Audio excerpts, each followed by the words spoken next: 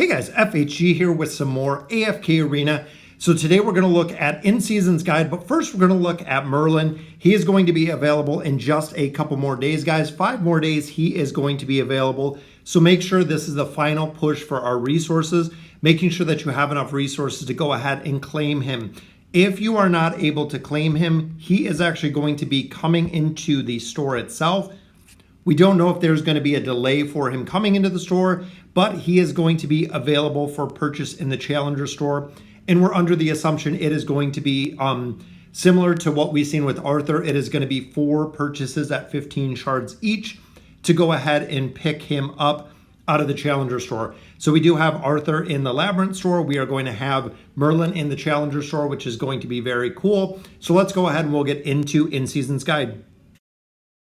All right, so here we see the guide. Again, a big shout out, guys. The time that it takes to do these visuals takes a lot of time. That is why I like covering them, really getting the exposure out there for in-season, CX Ensign, The Faith, Kavslin, and Zappy Slenderman, all making these guides, afkanalytica.com. So very cool guide to see when you should build your heroes and what priority. So the following wish list is intended for free to play and PvE. Most of you know I don't do the PvP system. I really don't PvP at all, but this is to focus on the PvE and the free to play players. So we're going to start up here in the top left with our Lightbearers. Rowan, Gwen, absolutely a combination. Gwen is really a priority when it comes to Lightbearer Tower. Rowan used in almost all of the formations. Rose in there, the Rose-Gwen combination still lives strong, again, within that Lightbearer Tower. And I like the addition in here. Heroes with star icons can be left on the wish list to accumulate stars. Looking at the Lightbearer Tower, you can see Hendrik has a star in there, and you can see Gwen has a star in there.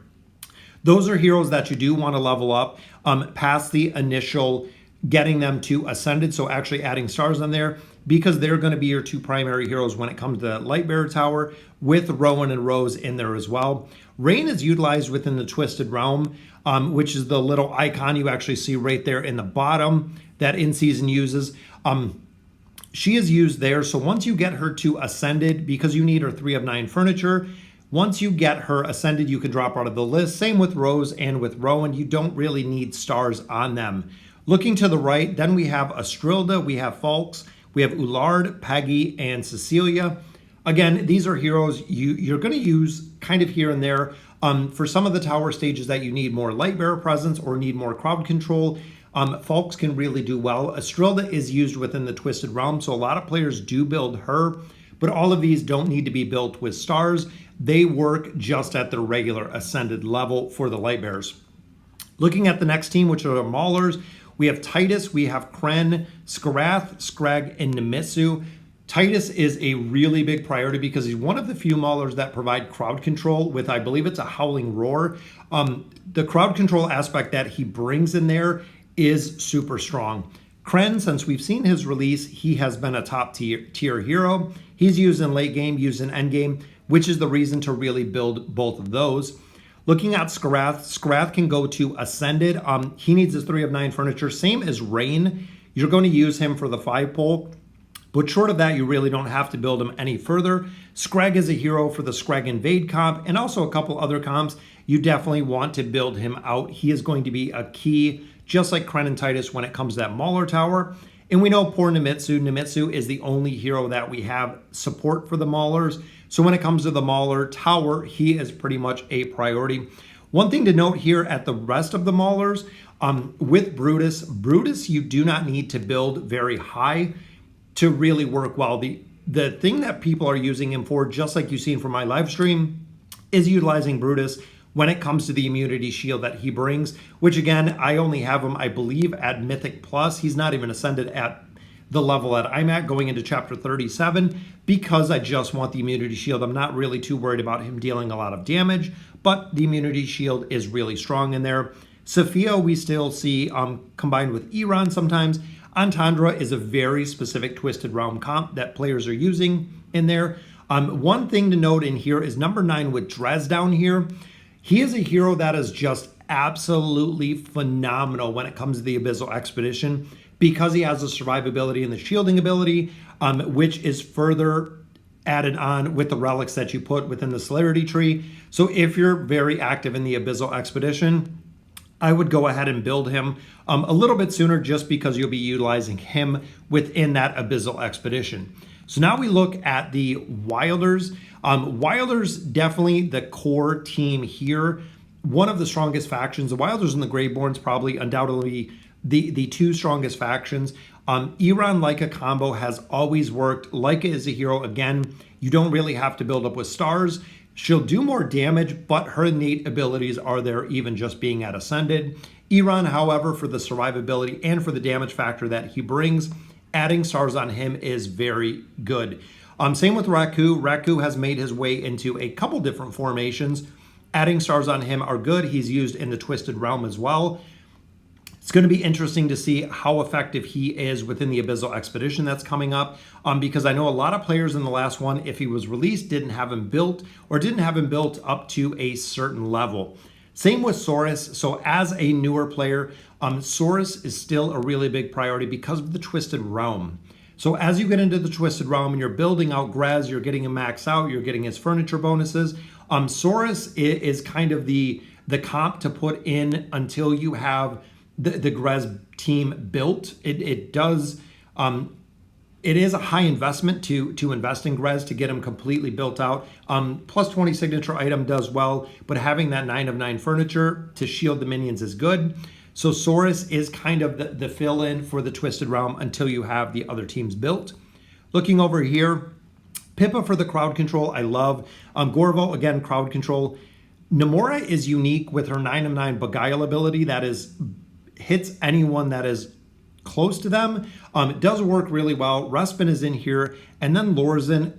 To note in this one, guys, Lorzin is another hero. He is used a lot of times for his linking ability. Really doesn't have to be built out very much. So even if you picked up 1 or 2 copies of him early, a lot of stages, even with the Thorin Cheese, I will put him in there. He's going to die in a hit, regardless of having him at Elite Plus or having him at Ascended. You just want him to do the link when he first enters battle, which he does. Again, you don't really have to prioritize building him out very early. Looking at our Graveborn guys, again, probably the strongest faction here. Daemon definitely stars. He is a main carry for pretty much everyone at this point. He is used through the entire campaign. He is used in a lot of different aspects of AFK Arena. So he is definitely worth building. Same with Oden. Oden with his plus 30 signature item, his 9 of 9 furniture, does absolutely phenomenal. He is such, I really feel like an underrated hero for a lot of players, but he is probably one of the top priorities. Him and Daemon are the two top priorities when building out the Graveborn.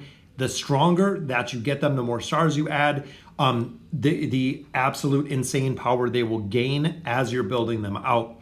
Followed by Pharrell and Isolde. Pharrell, I definitely agree with. He does a lot of crowd control, the energy disintegration. Isolde I have built, and I have built on multiple accounts. Late game, end game, he does die off pretty quick. Same with the Gwen Rose combo. He does have a tendency to die off pretty quick. So getting him maxed out, if you're going to utilize him, he is used in the Twisted Realm. But ultimately, depending where you are, if you're early game, yes, Isolde can definitely perform. If you're a little bit further in the game, I haven't really found a big benefit, and I have him at 309 on, I believe, 3 different accounts now. We have him completely maxed out all that he can, minus the engraving. But overall, I don't see a huge performance out of him. Then we have Grez, guys. Grez, absolutely a priority to max out. The sooner you max him out, the more you're going to perform in the Twisted Realm, getting more Twisted Essence, and therefore getting stronger in the account overall. Here we have Thorin. We have Silas and Desira. Silas, I would say, me personally, would be a higher priority than Isolde, just because of the utility he brings, especially with the plus 30 signature item, adding in there to the attack rating. Thorin Cheese as well. If you're doing the Thorin Cheese or looking to build the Thorin Cheese, he has to be built up, usually to Ascended. It does work a little bit lower, but ultimately you do want to get him built up. Desira is a hero, a little bit slow on the heals, which is why a lot of players are not utilizing her. There are specific team comps that a couple people have been using her that perform well. Similar to Nara used to be one of the highest priorities. Now you can see her coming in at number 9. And then, of course, we have Hodgkin at 10. Now, even though Hodgkin is number 10 and he is a new hero, he does bring a lot of strengths. But the big thing with Hodgkin is you have to have heroes built within the team to really support him. We've seen him most recently ran with Alna and Grez. And Hodgkin kind of the backup for Grez, which has worked successfully.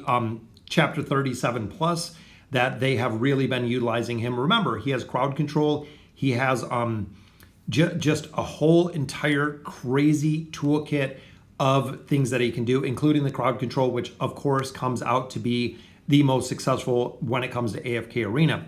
So looking at the very bottom, Labyrinth, of course, Arthur, guys, is the number 1 priority, followed by Wukong. We do get a lot of copies of Wukong.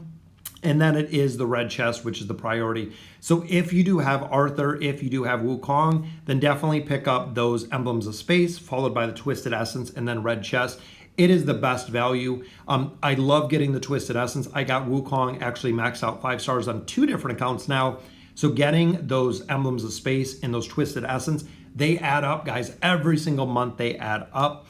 Looking at our Stargazing priority, still have Lucretia. Lucretia is going to remain number 1 for a significant amount of time. I would be kind of crazy to see a hero that is going to replace her when it comes to Stargazing, just because she is super powerful, guys. Same with Ulna. Ulna can support an entire team. Works very well with Ulna and Grez, Ulna with Daemon. We've seen a lot of combinations where it does work really well. Now, the thing to note in the next 2 heroes, Khazard and Mahira, are both only at Mythic. Big thing here is you're really focused on their skills and what their signature items bring. Mahira does not have to be ascended. Khazard does not have to be ascended to work exceptionally well. They don't have to be completely maxed out, where your Lucretia and your Ulna do have to be. They only need the signature items to really perform well. Which brings us to the Challenger store. This is why at the beginning we talked about Merlin. Merlin is going to be available for the next 5 days to go ahead and pick up within the redemption period. Once the redemption period ends, he's going to the Challenger store, and here he becomes the priority, guys. He's our dimensional support, but his support and his mitigation when you have him built is phenomenal. It is absolutely phenomenal. To have a 35% damage mitigation at the start of battle with 9 of 9 furniture makes him a huge priority, followed by Athalia. Athalia is another hero, especially with the engraving system. She can one-shot a majority of targets, including Ainz, which a lot of people do have to deal with when it comes to PvP, followed by Zolrath. I've usually built Aziz first. Aziz is getting a lot less gameplay. Zolrath, Athalia are seeing a lot more viability when it comes to AFK Arena, and when it comes to the later stages, they have definitely picked up some viability. And then an extra note here, after 10 Ascended and Choice Summons, resources can be allocated to XP, Red Emblems, Poe, or Stargazers. Obtain these heroes as needed from events for the AE, the Twisted Realm. So looking at these heroes, they are very unique in what they do, and that's kind of the side note here. When you look at the twins, nobody has a ultimate ability like they do with a mass haste for the entire team that can actually chain into more haste and chain into more attack. Mortis is another hero you don't really have to have built out that well. He doesn't need his signature item, he doesn't need his furniture, and he will still perform exceptionally well. Same with Taylene. Taylene can really help when it comes to a burst team. They'll kill Taylene once she's dead. Give her a couple seconds, she will come back to life, which is exactly why a lot of players still build her. Taylene used to be the biggest priority when it came to the Stargazer, but as of now, she's kind of taken a back seat, as you can see over here, to a lot of different heroes that are utilized within the campaign itself. All right, guys, so that will do it for In Seasons Wishlist version 1.69. Absolutely love this. Again, we wanted to get some more of this exposure out there for the guide. Let me know in the comments what you guys think. It is very cool to see. I absolutely agree with everything that is in this wish list. But ultimately, it's up to you guys. And a lot of questions I get is, should I follow the guide? Should I follow the priorities? Yes, it will help you progress faster in AFK Arena, but ultimately it is up to your decision. If you absolutely love how Nara looks, go ahead and build Nara if you want to build Nara. May slow down progression a little bit, but ultimately, like I said, guys, it is up to your discretion. So again, let me know in the comments what you guys think, and as always, thank you guys for watching.